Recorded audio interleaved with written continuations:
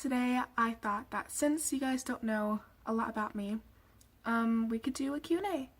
I asked my followers on Twitter to send me questions and they did so. I think that this will help you get to know me a bit better.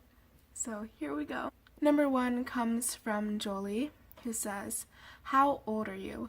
I am 17 years old. I was born on September 27th, 2001. I am nearly an adult. I am dying inside. Number 2 comes from Candy Cane, also known as Adrian. "If you were a boy, what would have your mom named you?" My mom would have named me Finn or Quinn. I would have been Finn Wolfhard.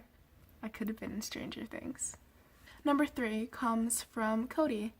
"What is your biggest dream?" My biggest dream is to be a photographer for National Geographic. It has always been my passion to travel the world and just my dream to go to every single country. And in the last couple years, I've discovered my love for photography. Now those two things have merged. They've sort of become into this job of wanting to travel the world and take photos and also getting paid for it. That would be fun. Number 4 comes from Anna. "What is your favorite song and why?"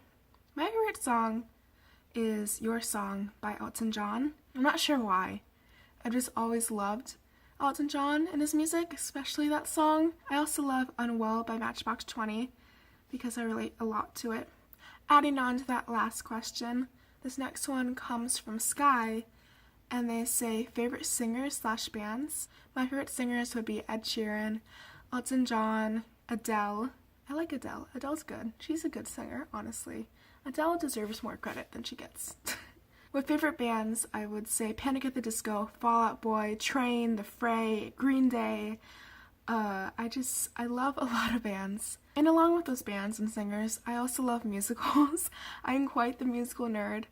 I love Hamilton and Rent and La La Land and The Greatest Showman and just so many other things. Greatest Showman, Greatest Showman. I can probably recite all of the Hamilton lyrics. It's quite annoying, actually. I sing Hamilton too much and people get sick of it, but that's okay. Olivia asks, favorite thing about yourself? I like my ability to be strong and sort of stable in bad situations. I've learned from experience that through tough situations, I can get through them. Kiara wants to know about my life goals and the thoughts on my future. I don't know what's gonna be in my future. I'm scared. I'm terrified of the future.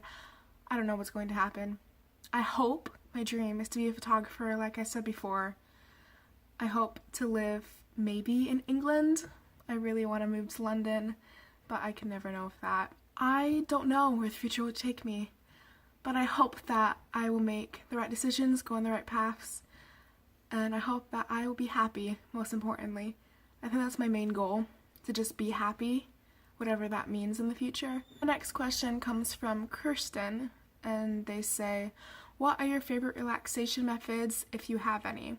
I went to therapy at one point in my life for reasons. Therapy is always good. It's just good to talk to someone who is trained to help you.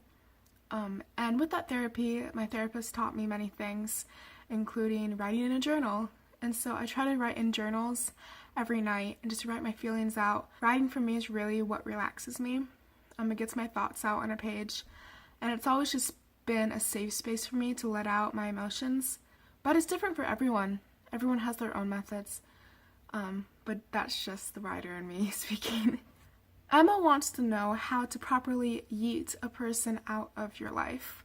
I had trouble with this specific thing 3 years ago when I was best friends with a specific person. It was a bad situation. I was in a very toxic relationship, and they actually yeeted me out of their life once they were finished with me. And yeah, I still begged for them to come back. I was infatuated, addicted to them. It was really bad. It was a bad place for me. But now looking back on it, I'm glad that they decided that they were done with me. Because if I was in that situation any longer, I think it would have turned out very, very bad, much worse than it did. So with your question, try to get rid of that toxicness as quickly as possible before it gets any worse. Just tell yourself you don't deserve this, you don't need this in your life, and good luck to you. Abby wants to know, what other fandoms are you a part of besides the fandom? Fandom, PH fandom, meaning Dan and Phil. If you follow me on Twitter, if you know me in real life, you will know that I'm a huge, huge fan of Dan and Phil. I have a Stan Twitter account dedicated to them, actually. So other fandoms I'm a part of besides that fandom would be Harry Potter, Doctor Who, and Sherlock, and the Panic at the Disco fandom. I'm huge fans of all those things. I'm obsessed with all those things. It's quite worrying, actually. Salma asks, advice on talking to people. Sounds lame, but I don't really know how to continue a conversation. I am not good at talking to people either, to be honest. I am very introverted. I don't know why I started this channel in the first place, actually, but I would just remember that those people are probably nervous to talk to you too, and that they have no idea what they're doing either.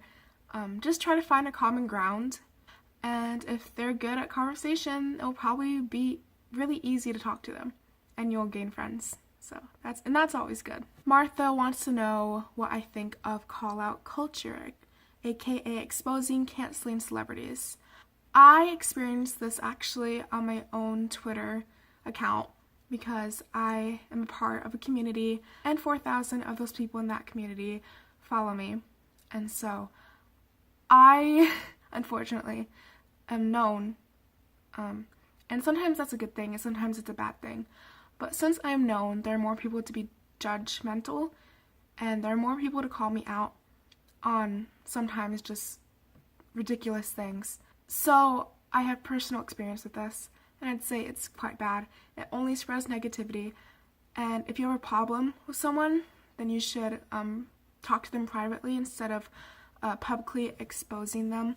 And it's usually exposing them for something quite stupid and idiotic in the first place. Last question comes from Anna, who asked how I felt when I met Dan and Phil.